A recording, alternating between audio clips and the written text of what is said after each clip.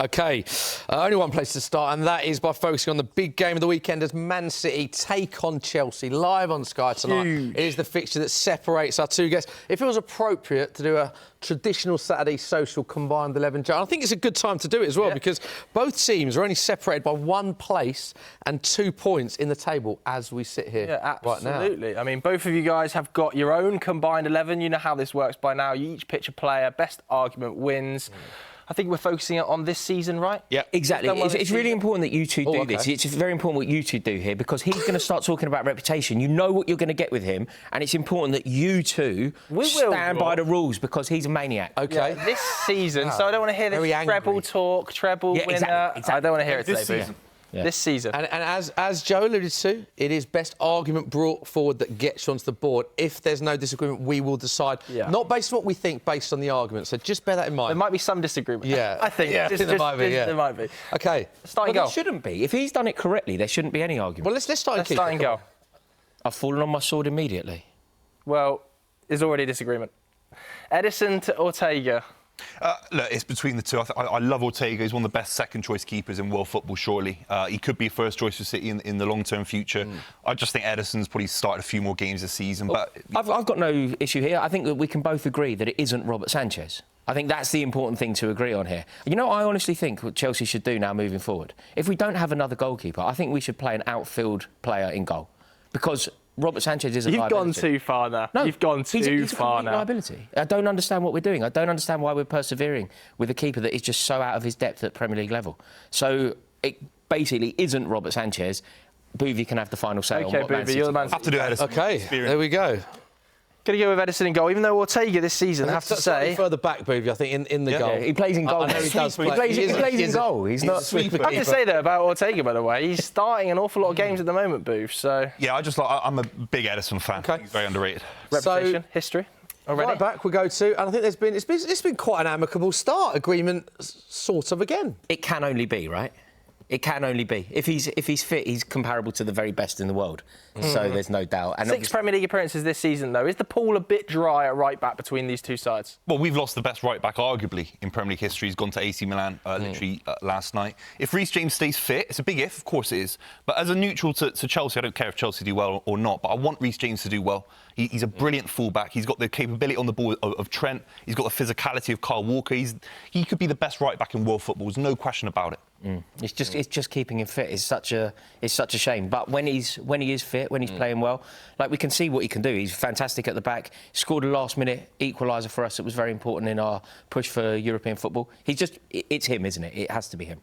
Okay, let's get Reece James. Stick him up. Hey, we're in harmony. I know. I was going to say. What about first centre halves? What amicable? Let's go. Let's do your centre back pairing. Yeah, let's do the pairing because I've got a big issue with the selection here.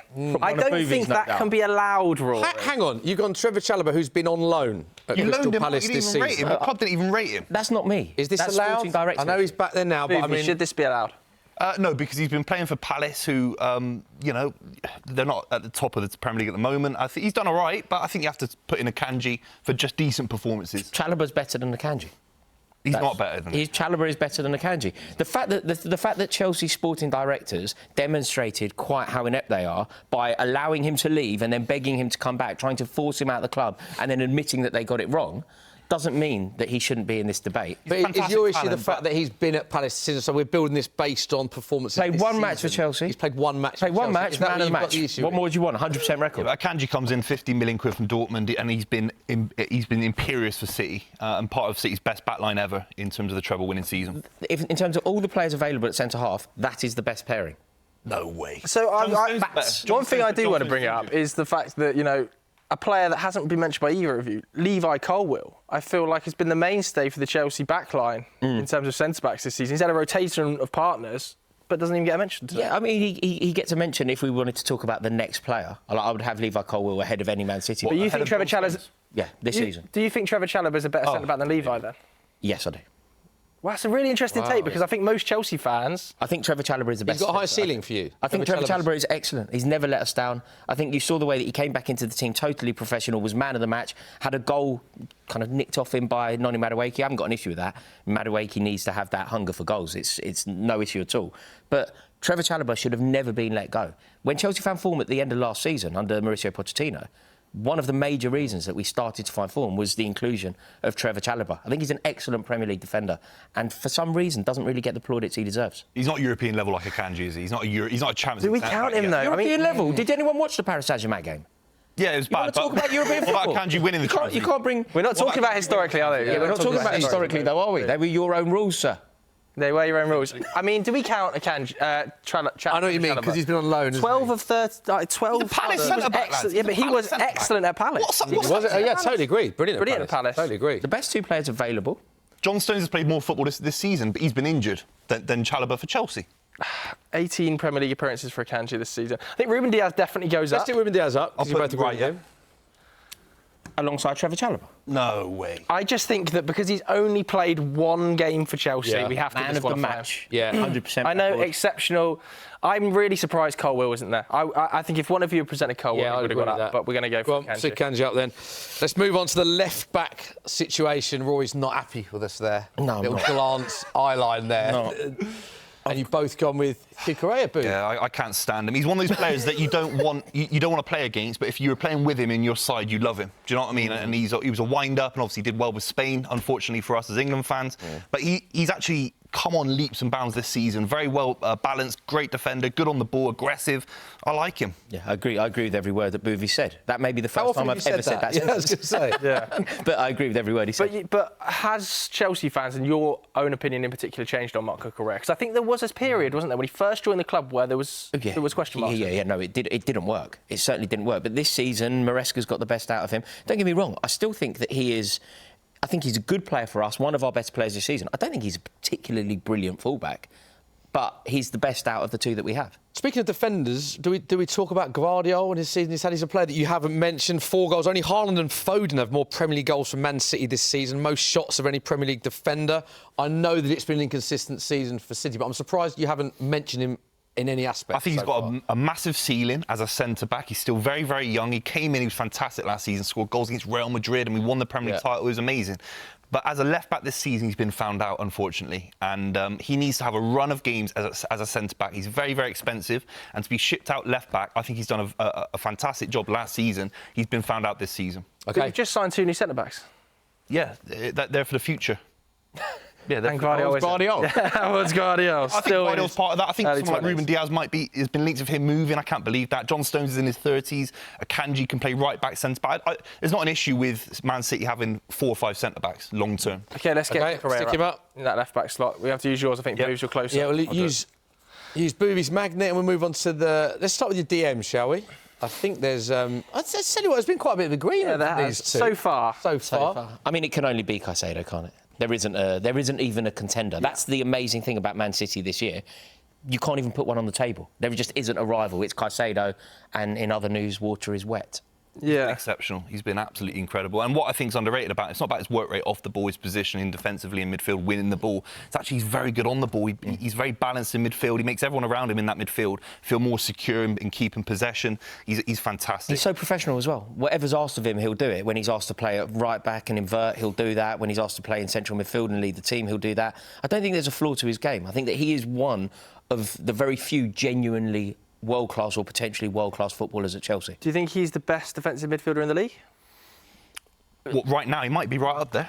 Gravenberch is a different kind of defensive midfielder. Declan Rice deserves a mention here as well. Yeah. Declan Rice is one of the best midfielders in the league, I think. It would be churlish of me to not mention Declan Rice. But I think Moises Caicedo is up there knocking on the door of the title held by the likes of Rodri, Declan Rice. Yeah, because I think Rodri, classically... Yeah, worth pointing out, obviously, Ballon d'Or winner Rodri Yeah. has been out for the season, so it's a huge miss. You're right, Caicedo, by the way, in the top 5 for possession 1, tackles and duels 1 in the entire Premier League this season, having a great season. Stick him up, and let's look at the 2 then, because I think the issue that we've got coming up is I think you've both got players but in different positions. So let's ascertain who you have as your next 2. Rory, first up.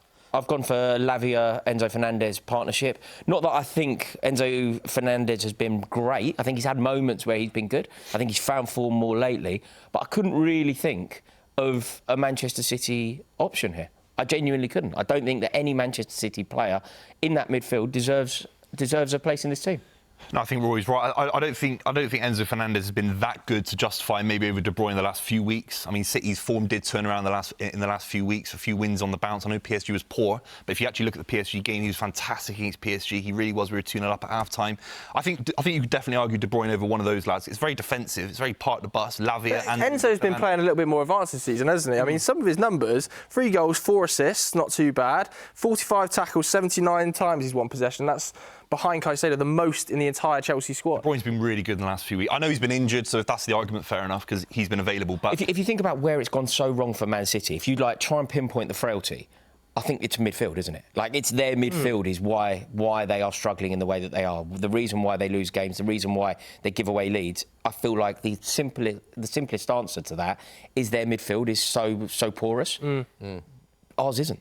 These are very good midfielders. I mean, some of these players that you were looking at here being held up, Romeo Lavia was at City, Cole Palmer was at City. How big are errors do those look like now? The Cole Palmer one, it hurts every single day when I wake up. I think we could have had Cole Palmer playing in midfield with Phil Foden and De Bruyne. It would have been outrageous. The issue is he can't keep hold of everyone. Do you know what I mean? I think Man United are guilty of it, certainly keeping hold of loads of players and no one really flourishing. On some level, as a football fan, I'm glad that Palmer's gone to Chelsea. I know he'll be a rival to City in the next few years, of course, but I'm glad that he's doing what he does. He's an incredible footballer. You want these guys to express themselves. You don't want them on the bench at Man City necessarily, but obviously I'm gutted he's playing for Chelsea. I think he's actually amazing as well. I mean, we both obviously have Cole Palmer in the team. Yeah, I was going to say, you've presumably got a different position. Yeah. I just think that he is truly amazing. And the one worry that I have regarding Cole Palmer is I believe that Cole Palmer will not go 3 years not playing in the Champions League. So he didn't play in it last year. This year he's in the Conference League. I believe next year, by hook or by crook, Cole Palmer will be playing in the Champions League. I just desperately hope that's with us, because if we don't make it... You think there's a chance if you don't qualify for the Champions League that he might leave then? Is that what you're saying? I just can't see a world where one of the best footballers in the country, somebody who scored a goal for England in a Euros final, somebody who has delivered consistently, is so brilliant. Like, honestly, the way I feel about watching Cole Palmer play, I feel like I'm a kid again watching Gianfranco Zola. He is amazing. I can't see him not playing in Europe's premier competition for 3 consecutive seasons. But might come back to Man City. Why not? £150 million bid. Why not? Because you won't be in the Champions League. We will. That's why. We've had a once in a 20-year run of form. Stuart Pearce had a better run of form with Joey Barton in midfield and Antoine Sebersky up front. Mate, and we're still 2 points off Chelsea. You're getting launched out of the Champions League by Bruges. Like, you don't need to worry about Champions League football. Like, we'll cross that imaginary bridge when we get there. But I do worry that he will play Champions League football next year, even if we don't make it. OK, this is interesting. So, how do we want to... Palmer's a midfielder. He's not a winger, is he? Are you happy for Palmer to go in the midfield 3? He can go...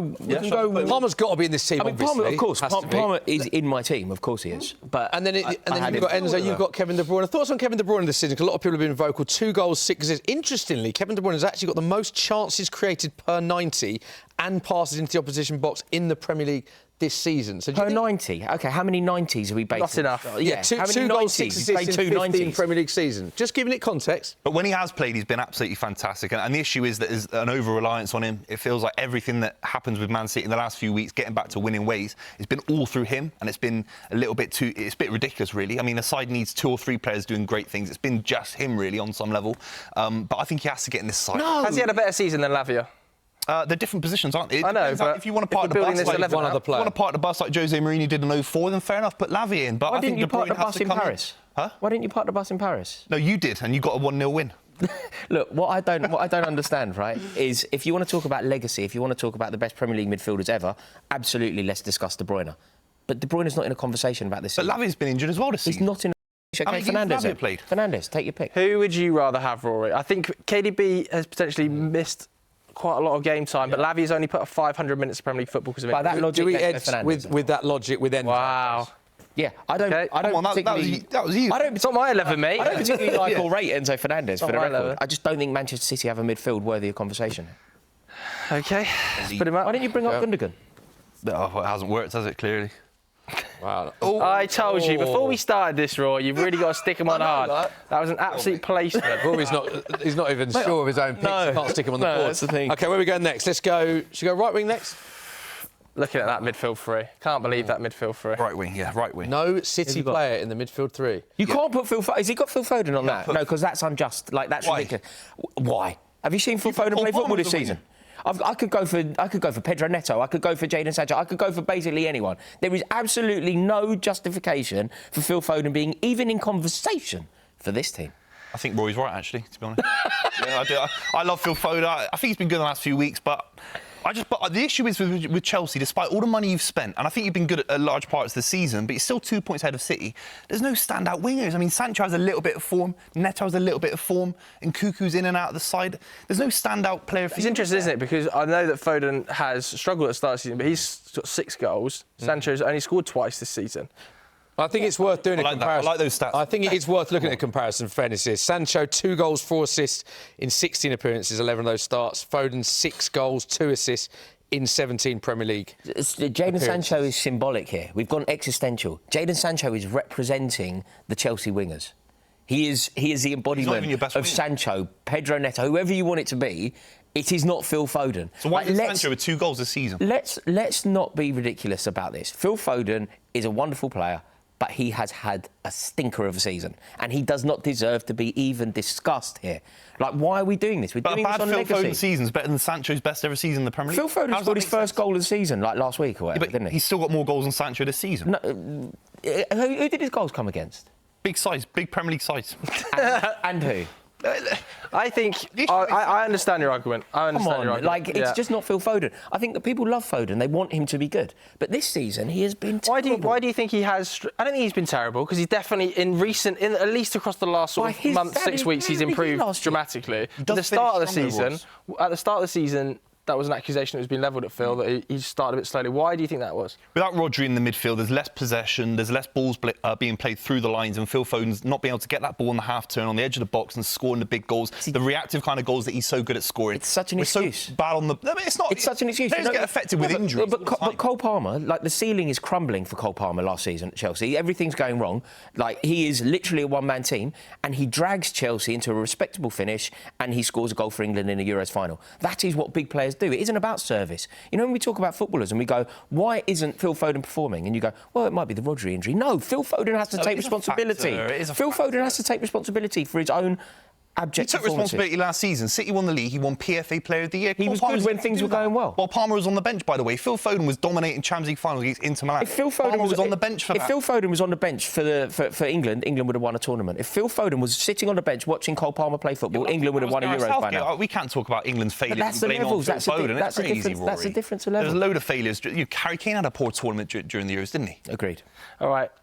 Smithy, what do you think? Wow, what do you think, mate? I think the argument put forward by Rory is pretty strong there, and we are basing this on argument. OK, I just want to stick up for Phil Foden for balance, though. Recent performances, I think 5 goals and assists in his last 3 Premier League appearances. He has got 6 goals, 2 assists. I know by his own standards, but just... He might still be able to get to the team. I think we can adapt this as we go. I think the midfield might need a bit of work. Let's go to right wing, potentially. Let's go to right wing before you do that. Not a lot of City players here. Now we're going right wing. I think Savini's been great. I mean, I don't know what Rory thinks. I mean, he creates goals single-handedly. He's been linking up with Erling Haaland.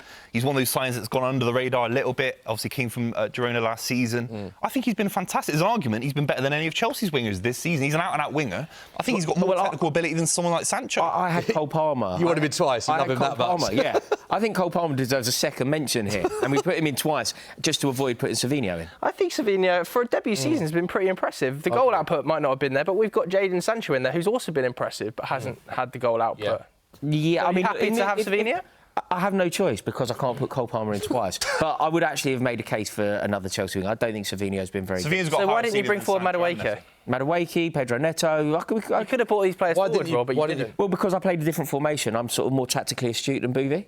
So I played a formation that involved Cole Palmer. He goes back to 04. It's 4-5-1, 1-0 against Bolton. 3 minutes in, and he parks the bus like that. Edge of the box like that. William Gallas heading things clear.